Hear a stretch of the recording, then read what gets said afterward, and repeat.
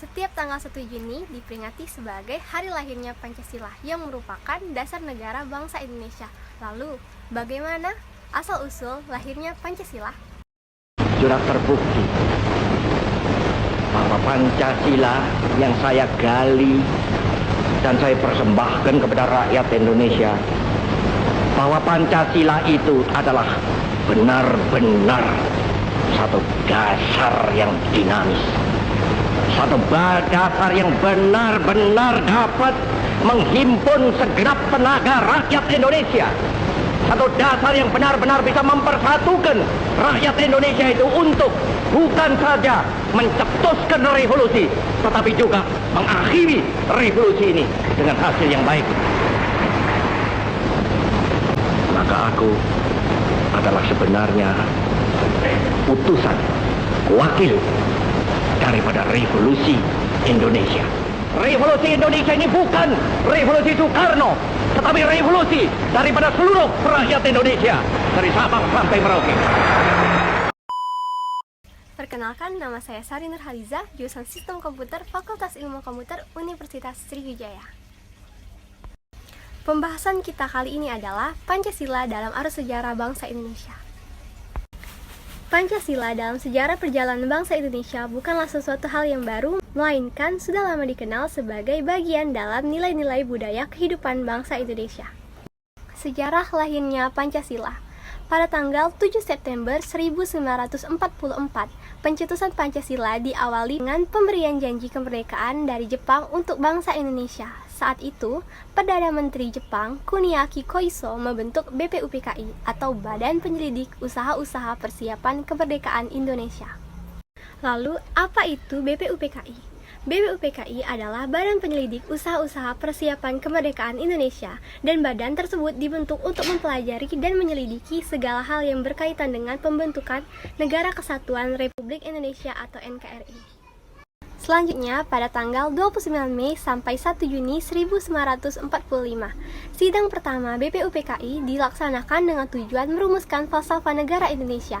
Selama 4 hari, para tokoh perumus Pancasila yang terdiri dari Insinyur Soekarno, Muhammad Hatta, Supomo, Muhammad Yamin, dan Kiai Haji Abdul Wahid Hashim merumuskan 5 asas untuk negara Indonesia.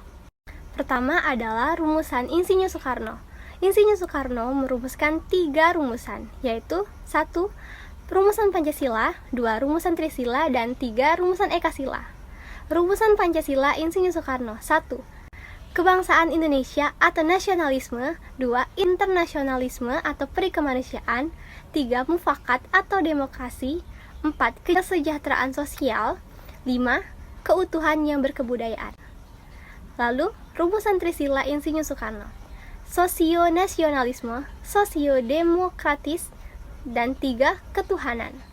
Lalu, rumusan Ekasila Insinyur Soekarno, yaitu gotong royong. Selanjutnya adalah rumusan Pancasila Dr. Supomo. 1. Persatuan, 2. Kekeluargaan, 3. Keseimbangan lahir dan batin, 4. Musyawarah, dan 5. Keadilan rakyat. Selanjutnya adalah rumusan pidato Mr. Muhammad Yamin.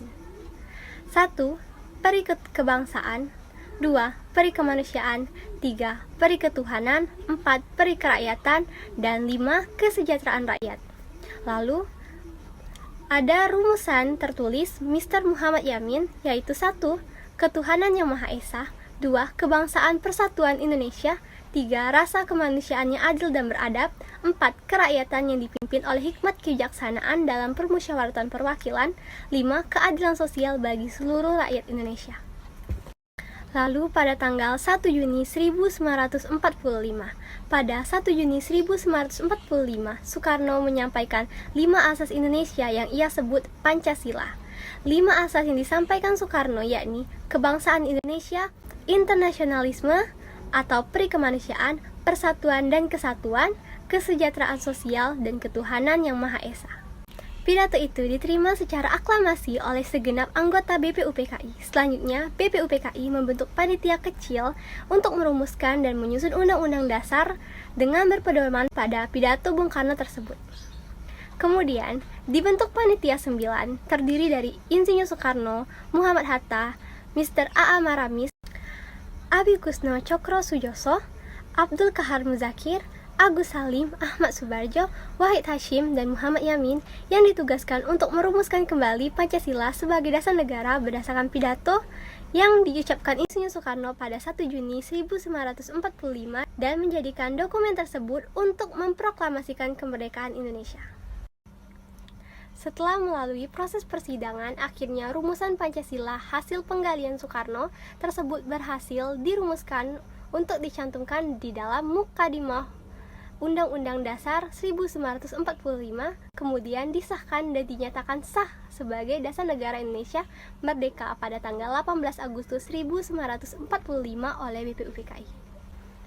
Baiklah, mungkin itu saja pembahasan kita kali ini. Saya Sari Nurhaliza mengucapkan terima kasih. Apabila ada kesalahan kata, saya mohon maaf. Kepada Allah saya mohon ampun. Wabillahi taufiq wa hidayah. Wassalamualaikum warahmatullahi wabarakatuh.